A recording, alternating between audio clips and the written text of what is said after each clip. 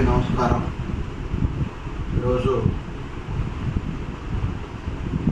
రాహుల్ గాంధీ గారి మీద ప్రతిరోజు కేటీఆర్ విమర్శలు చేస్తూ ఉన్నారు. రేవంత్ రెడ్డి రాహుల్ గాంధీకి 1000 కోట్లు ఇస్తా అని చెప్పి ఏకంగా 1000 కోట్లు ఇచ్చిండని చెప్పి ప్రతిరోజు ఆయన వివిధ మీటింగ్లలో సభలలో మాట్లాడే విషయాన్ని మేము కాంగ్రెస్ పార్టీ నుండి ఖండిస్తూ ఉన్నాం. రేవంత్ రెడ్డి గారు మాట్లాడింది ఏంటంటే, రాహుల్ గాంధీకి ఈ దేశంలో ఇప్పటికీ ఇల్లు కూడా లేదు. ఆయన దేశం కోసం త్యాగం చేస్తూ ఉన్నాడు. వాళ్ళ కుటుంబం కానీ, వాళ్ళ అమ్మ కానీ, వాళ్ళ నాన్న కానీ, వాళ్ళ నానమ్మ కానీ, వాళ్ళ తండ్రి గారు కానీ, లేకపోతే భారత మొదటి ప్రధాని జవహర్లాల్ నెహ్రూ కానీ, మొత్తం యావత్తు వాళ్ళ 5 తరాలు మోతీలాల్ నెహ్రూ కాంచి మొదలు పెట్టుకుంటే ఈ రోజు వరకు కూడా 5 తరాలు ఏవైతున్నాయో ఈ దేశం యొక్క సేవలో పునీతమై దేశానికే అంకితమైన కుటుంబం రాహుల్ గాంధీ గారి కుటుంబం.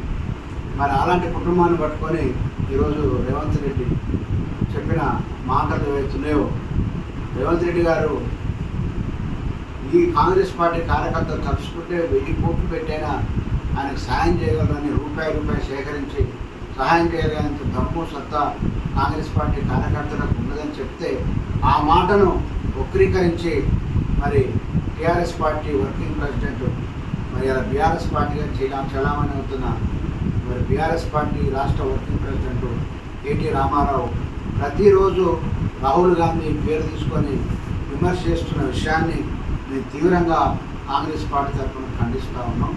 నీకు స్థాయి సరిపోదు కేటీఆర్. నువ్వు ఈ రాష్ట్రంలో ఉన్న మరి నీ స్థాయిలో ఉన్న నాయకులను మాట్లాడు, విమర్శ చేయి, సహేతుకమైన విమర్శ చేయి, అది మంచిగుంటుంది. కానీ ఈ దేశాని కోసం మరి ప్రాణాలు అర్పించిన, బలిదానం చేసిన కుటుంబం మీద నువ్వు మాట్లాడుతూ ఉన్నావు. రాహుల్ గాంధీ మీద అది నీ స్థాయి కాదు, నీ పద్ధతి మార్చుకోవాలని చెప్పి మేము ఈ సందర్భంగా తెలియజేస్తూ ఉన్నాం. వాళ్ళు దేశం కోసం ఓర్పాని అయిన కుటుంబం మరి రాహుల్ గాంధీ వారసత్వం వస్తున్న కుటుంబం. మరి వాళ్ళ యొక్క సేవ ఈ దేశంలో మోతీలాల్ నెహ్రూ, జవహర్లాల్ నెహ్రూ 100 కోట్ల ఆస్తులు ఈ దేశం కోసం దానం చేసిన కుటుంబం మరి వాళ్ళ నెహ్రూ కుటుంబం. మరి ఆయన భారత స్వతంత్ర సంగ్రామంలో 7 సంవత్సరాలు జైలుకు పోయి జైలు జీవితాన్ని అనుభవించిన వ్యక్తి మరి మన భారతదేశం మొదటి ప్రధాని జవహర్లాల్ నెహ్రూ అని చెప్పి తెలియజేస్తూ ఉన్నాం. అంతేకాదు ఇవాళ ఇందిరమ్మ పేరు ప్రతి ఒక్క తండాలో, ప్రతి ఒక్క గూడెంలో, ప్రతి ఒక్క కాలనీలో ప్రతి పేదవాడు గుర్తు చేసుకునే పేరు ఈ భారత స్వతంత్ర భారతదేశంలో ఎవరి పేరైనా ఉన్నదంటే అది ఇందిరమ్మ పేరు అని చెప్పి ఈ సందర్భంగా తెలియజేస్తూ ఉన్నాం.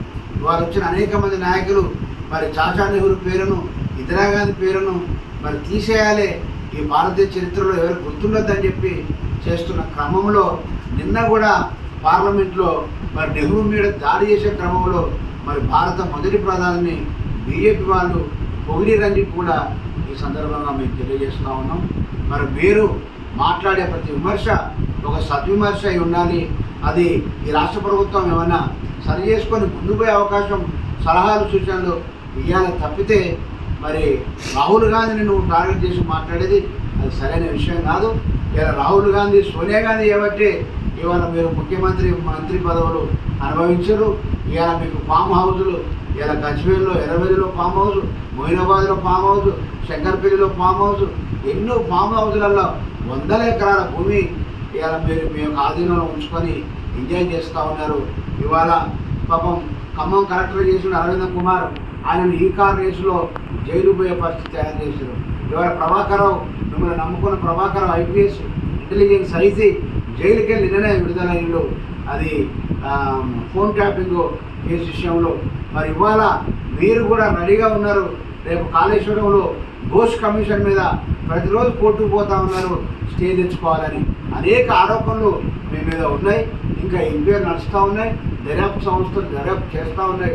అలాంటి వ్యక్తులు ఒక మచ్చలేని రాహుల్ గాంధీ మీద నువ్వు మాట్లాడుతూ కామెంట్ చేయటం ఇది సరైన పద్ధతి కాదు.